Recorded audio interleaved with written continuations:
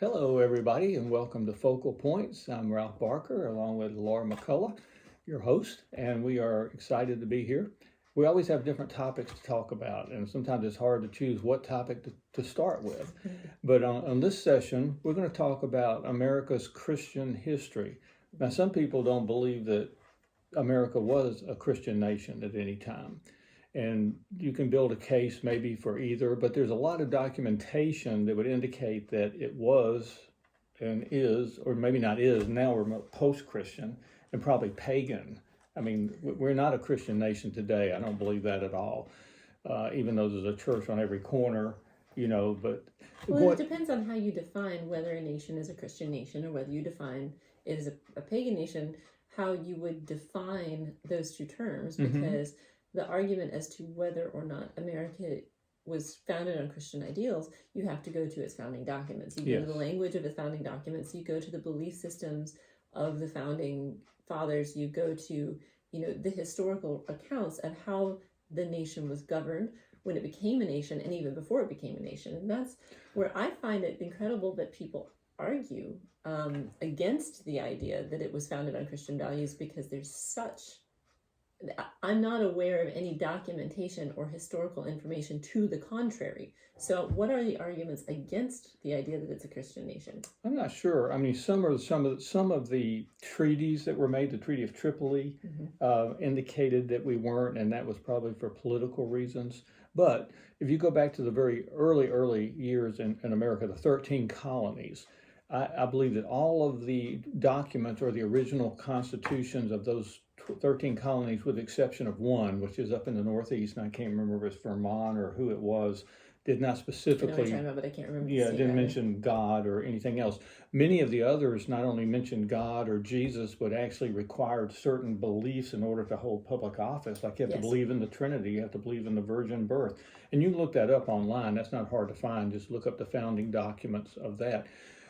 As late as 1892, in the Supreme Court case of the Church of the Holy Trinity versus the United States, the court said this is a Christian nation. Right, made that statement. Was made. Well, and you can also look at some of the governing choices of those original colonies. Like if you look at the one of the things that we've used a lot, so as Messianic believers, some of the things that we do and believe were actually more heavily represented in some of those early days of the colonies, because so most people don't know this, but the Puritans, in the process of rejecting the Church of England, rejecting oversight of the Pope and the Catholic framework, some of what they incorporated in their worship is actually very similar to Messianic believers.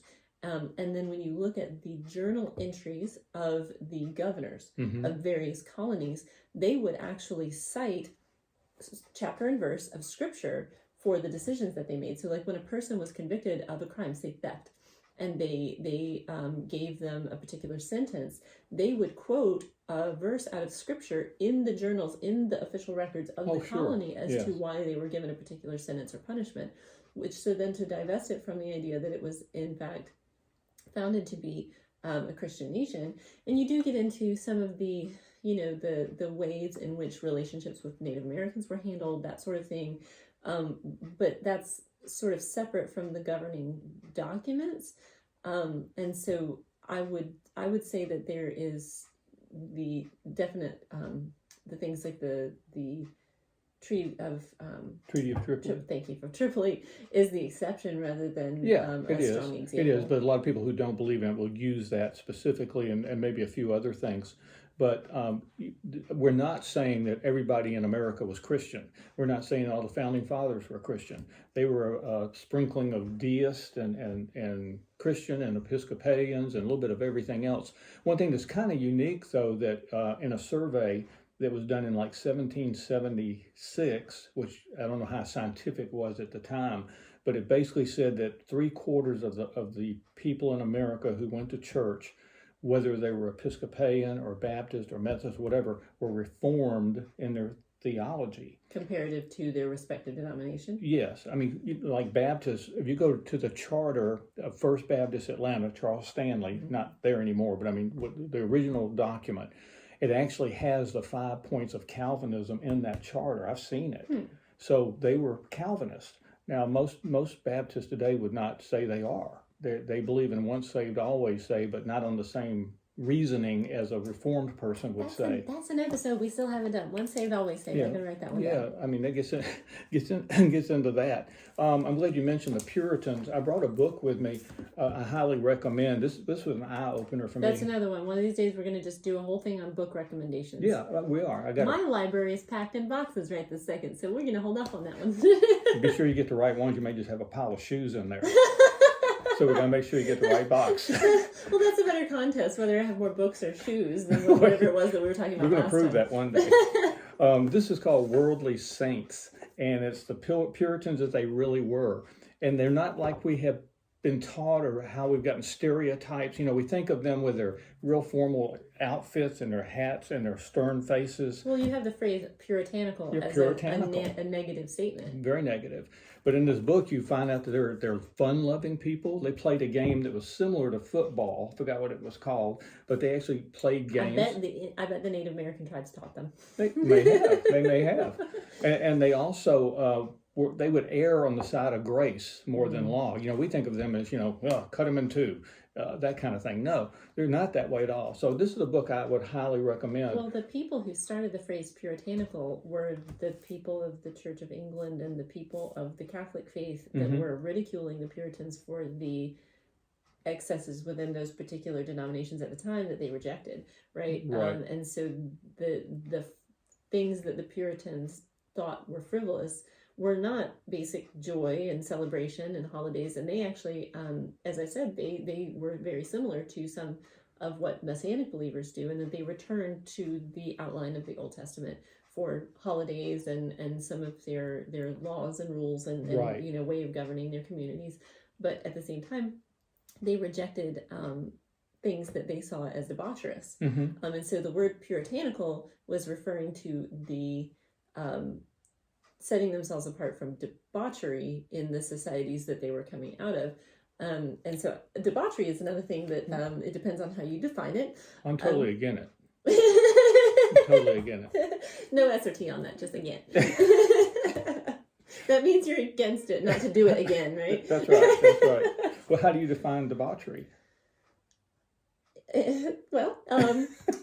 For me, I would define debauchery as anything that falls outside of the standards that Scripture gives us for the appropriate ways to conduct ourselves. So Scripture, we've talked about gambling before, we've talked about drinking before, having fun, having get-togethers. Like, there's a lot of things that we're totally capable of doing without what we would call it. Well, you put me on the spot with that one. This is the wrong episode for that. Debauchery. We'll do a show on debauchery. There we go. We'll make a note. How do you define debauchery? All the things you shouldn't do. Another book I just want to recommend quickly, The Light and the Glory by Peter Marshall. I actually interviewed Peter a couple of times on the radio and worked with him at one of the events I used to do with American Vision. Real interesting, easy to read thing on America's Christian history. And there's a story he tells, and I hope I get this right. Miles Standish. Who was Miles Standish? Remember? Wasn't that his name? I remember the name Standish. I don't remember if Miles. I thought it was him. I could be wrong, but we told you we were all over the map today. Oh yeah, we're having fun. but in the early days, they were out somewhere, in this hut or wherever they were, and someone said, "Yeah, that's right. Go ahead." Yeah, it's Miles Standish, and someone says, "An Indian's coming." It's like it strikes fear in everybody. They didn't know who these people were. And so the Indian comes up to the door. Of course, they're Native Americans today, but back then they were Indians. And they came up to the door and knocked on the door, and they opened the door very cautiously, and they didn't know what to expect. And the Indian said, "Got any beer?" They had met the German settlers first. So they were hooked on the beer, which I thought was interesting. But back to the Christianity.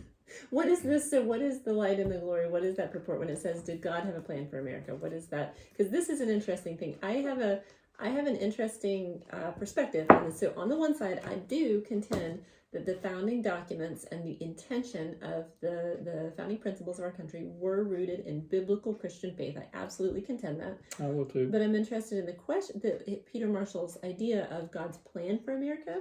Because on the opposite side of that, go ahead with it first, and I have a... Well, I'm not sure exactly what he said in that chapter. I hadn't even looked at this for years. Well, that was the subtitle. That was what I was. Oh, down here he does have a chapter in it that are called that Gotcha. too. But the point is he's making through the whole book is that God did have a plan for America, that God is a Christian nation, that God established a Christian nation. Now, another issue is, some people believe that America is talked about in Scripture. That's what I was going to address. Exceptionalism is what that's called, and it's basically holding the idea that America fulfills a number of prophecies in Scripture. I would say that nothing is outside of the realm of possibility for God, that Yahweh absolutely, if America figures prominently in the political spectrum in the end of days, that it is very possible that there are mentions of America. However, the Bible is talking about the Middle East. The Bible is centered in the land of what we would call Israel now, but not just Israel, also Turkey and Jordan and Syria, the Middle East, the area from Egypt to Turkey, right? That's where the Bible plays out. Everything in the Bible is in that area, with a very rare exception of a handful of places, and even all of the epistles are to places in Turkey. Every single one of the letters to the churches in Revelation are in places in Turkey, right? So the epistles are over into places in Greece and Rome, but it's a small area of the world.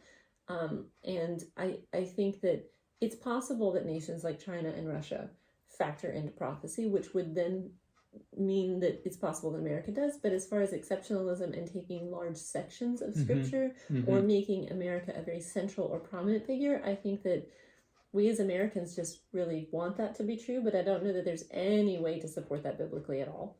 Well, going back to the idea that today we're post-Christian and we're, I'd say, pagan. I mean, what was counterculture in the 60s is now mainstream. Well, and this also depends on how you define pagan, because there's pagan as in outside of covenant with the God of the Bible and a biblical faith.